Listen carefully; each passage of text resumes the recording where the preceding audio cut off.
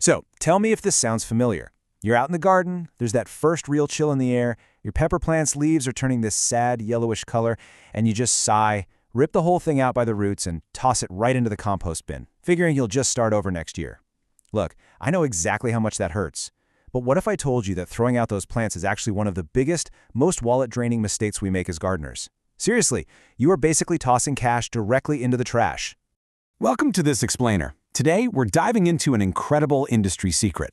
When you look at a mature bell pepper plant, you are actually looking at a tropical perennial. That's right.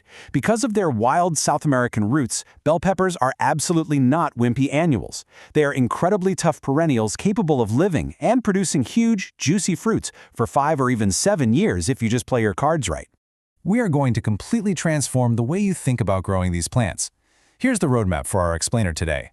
1. The infinite pepper secret. 2. The forever container setup. 3. Pruning for maximum growth. 4. The green harvest trick. 5. Protecting and feeding plants. And finally, 6. The winter survival guide. Let's get right into it. Section 1. The infinite pepper secret. So, there is a massive contrast between the nursery myth and biological reality. You know how local garden centers always shove bell peppers right into the annual section? Well, that's because they're in the business of selling you fresh new starts every single spring. But biologically speaking, peppers are tropical babies. They crave the heat. When temperatures drop below 50 degrees Fahrenheit, they just get stressed out.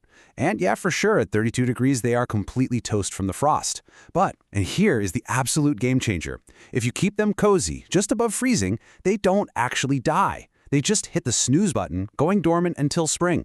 And when your veteran plant wakes up, it has this monster root system ready to go. It produces flowers 2 full months sooner and can literally double your harvest compared to some puny little seedling. And this, right here, perfectly illustrates why this matters so much to your wallet. Take Sarah from Texas, for example. By keeping her plants going over the winter, instead of buying new ones every single spring, she saved hundreds of dollars. Treating these plants like the tough perennials they actually are saves serious cash and sets you up for massive, super early yields. Okay, moving on to Section 2, the forever container setup. If you really want your bell peppers to live out that full 5 to 7 year lifespan, they need a consistent, permanent home. Digging plants directly out of the garden ground severs all their delicate feeder roots and stresses them out immensely. So, the secret is the forever container method. You're going to want a 5 to 10 gallon pot. Look, skimping on space for a plant that builds massive root balls over several years is kind of like cramming it into a tiny closet. It needs to be a minimum of 12 inches deep. But the real trick, the thing that makes this all work, put that pot on a heavy-duty plant dolly with wheels. During the summer, you can easily wheel it to the sunniest corner of the patio, and when winter hits, you can just glide that whole shebang indoors without lifting a finger or shocking the roots. Now, containers are awesome, but regular garden dirt will compact like concrete in a pot. You don't want that. The ultimate soil recipe breaks down into 3 simple parts. First, you want 50% high-quality, fluffy potting mix. Think cocoa coir or peat. Next, add 30% compost or worm castings. This acts as a slow-release pantry of nutrition for the plant as the years go by. And finally, 20% perlite, which are those little white popcorn-like bits. Why perlite? Because it creates absolutely essential air pockets. You see, bell peppers despise having wet feet. Soggy soil leads directly to dropped flowers and absolutely zero fruit. This specific mix mimics their native, well-draining soil and perfectly keeps the pH right around 6 to 7 for optimal nutrient uptake. Just look at Mike from Ohio's success story. By using this wheeled, large container method with the perfect soil mix, he experienced 0 digging, 0 muscle aches, and his plants actually survived one of the most brutal winters on record. Honestly, your back is going to be so grateful you did this. Let's dive into Section 3, pruning for maximum growth. We really need to talk about a tough love technique called topping. I know. Taking a pair of clean shears and snipping the head off a tiny 6 to 8 inch seedling that you've been babying all spring feels completely wrong. But here's the thing. Peppers naturally want to race upward, growing super tall and skinny. And once dozens of heavy fruits start hanging off of it, a lanky stem is just going to snap right in half under the weight, completely ruining your harvest. By snipping off that main growing tip early on, you force all of the plant's energy to rush sideways. Within just a few days, 2 strong shoots will pop out right below the cut, forming this really sturdy Y shape. That bushy skeleton is built to last year after year. It gives the plant way better airflow and creates significantly more fruiting sites. Trust the process here. Make a clean cut right above a node and just watch it thrive. Section 4. The green harvest trick. We all absolutely love seeing a pepper turn perfectly shiny and red on the vine, right? I mean, it's basically nature's candy. But the harsh biological truth is that when a pepper fully ripens to red, the plant gets this hormonal signal that says, hey, seeds are mature, mission accomplished, and it basically retires early, completely shutting down flower production. So you kind of have to hack the system with what's called the green signal. The trick is to harvest about 70% of your peppers when they are full-sized and firm, but still completely green. This tricks the plant into thinking it failed to make mature seeds, forcing it into overdrive to rapidly push out wave after wave of brand new flowers. You leave just 30% on the plant to ripen fully red for yourself. It is the absolute perfect balance to keep that pepper factory running non-stop. The results really speak for themselves here. Lisa from California was getting maybe 15 peppers per plant on a good year. By implementing this green harvest trick, just using sharp scissors in the early morning when the peppers are crispest, she literally doubled her yield to over 30 peppers from the exact same plants. It's wild how well this works. All right, Section 5. Protecting and feeding plants. First things first, we have to protect our investments from furry little thieves who can wipe out 7 years of growth in a single night. The Forever Container method actually gives you a built-in secret weapon, elevation.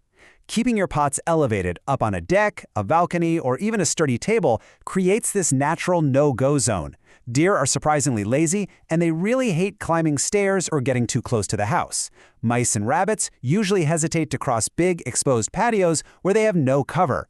And to add a totally natural, extra layer of defense, plant some marigolds right in or near the pot.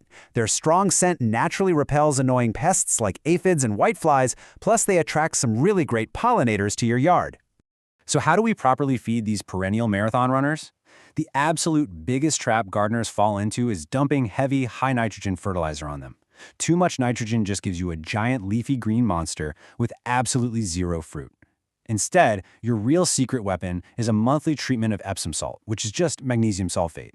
Peppers crave magnesium. It literally supercharges their blooms and strengthens their cell walls. Pair that with a slow-release, low-nitrogen organic fertilizer that's high in phosphorus to really drive those flowers, and high in potassium to build a tough, stress-resistant plant. Finally, just toss in a handful of bone meal to provide the calcium they need for strong roots and heavy fruit loads. Remember, consistency over excess is the key here. And finally, Section 6, the Winter Survival Guide. When night temperatures start consistently dipping below 50 degrees Fahrenheit, it is time for the great indoor migration. No digging, remember, just roll that pot right inside. But first, you gotta follow these 3 quick steps. Step 1, pest patrol.